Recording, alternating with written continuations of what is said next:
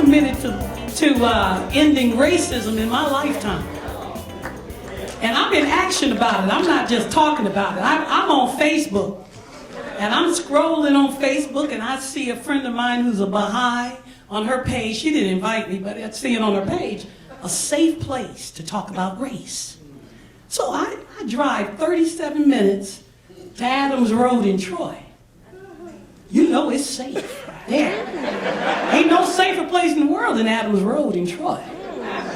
And we're in a big church and you know it's safe. I didn't realize I was the threat. I didn't realize I was going to be the threat. Now the facilitator was great. She showed the movie it's on the Discovery Channel called The Real Eve. I don't know whether any of you seen it, but maybe you've seen the Time magazine or Newsweek cover that the first woman was a black African woman, and you can trace your DNA, no matter what color you are, back to this woman in Africa. So this was how we started out, with this film. She played 12 minutes, and she asked you to consider the possibility that we all originated from this one black woman. In the film, she looked like Lupita. That 12 years a slave, she was with the little baby on her hip, black, black, black, with little baby boy and no man.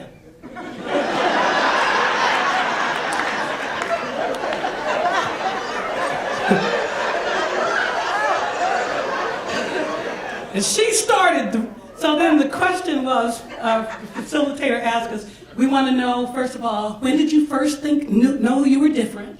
And what came up for you when you saw the film, and what's your best hope? And I said, well, what came up for me was like, I feel great.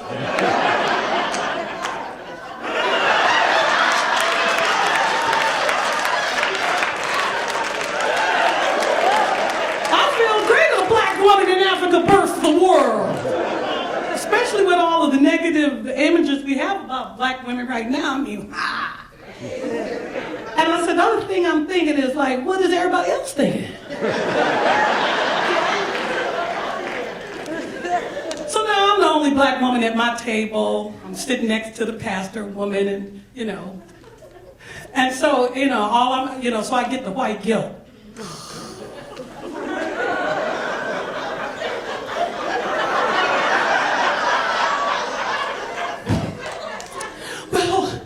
I told my kids not to marry anybody black. I know I've got an Iranian, husband, and he's blacker than you, but I told him not to marry anybody black. I'm sorry. And then the white woman next to her said, don't feel bad. I told my children that too. It's not because of racism. It's just, you want to protect your kids. And I said, yeah, don't feel guilty because I know black people that don't want their kids to marry no white people.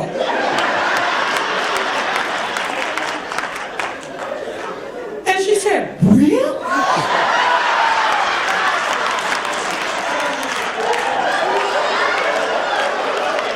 As if it was beyond the scope of imagination. And then the woman who was saying, don't feel bad, said, I'm uncomfortable. I'm like, I said the same thing you said to her.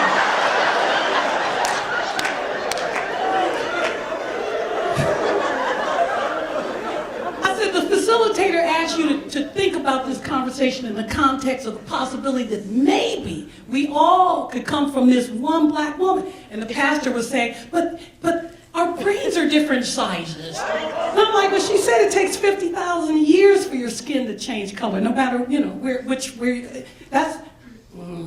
wouldn't, So then the man next to her that I thought was white was talking about, well, they wouldn't play with me when I was a kid because of this. And I'm like, but you're a white. What do you mean this?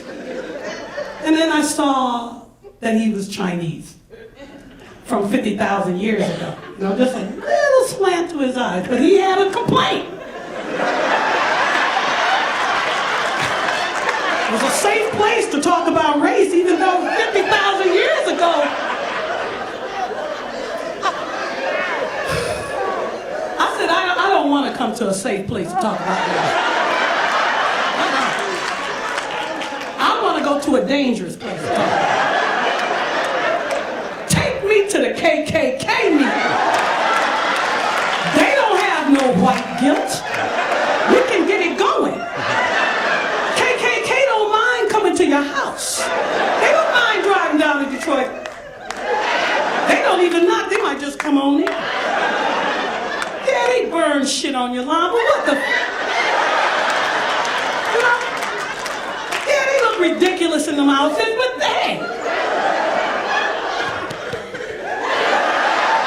Y'all my kind of people. I want to talk about race with y'all. Don't waste my time with the white guilt. I'm saying it's all right that you had white flight out of Detroit. I know if my mother and my father could afford, they would have black flighted out of here. Don't feel bad.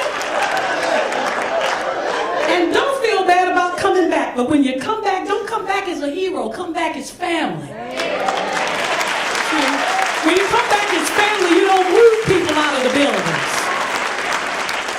You layer that payment. You know, people at the top, they might pay $7,000 a month, and then the artists pay $500. It's your family downstairs.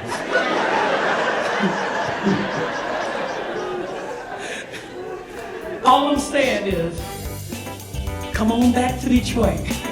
Come back, family. Come on back.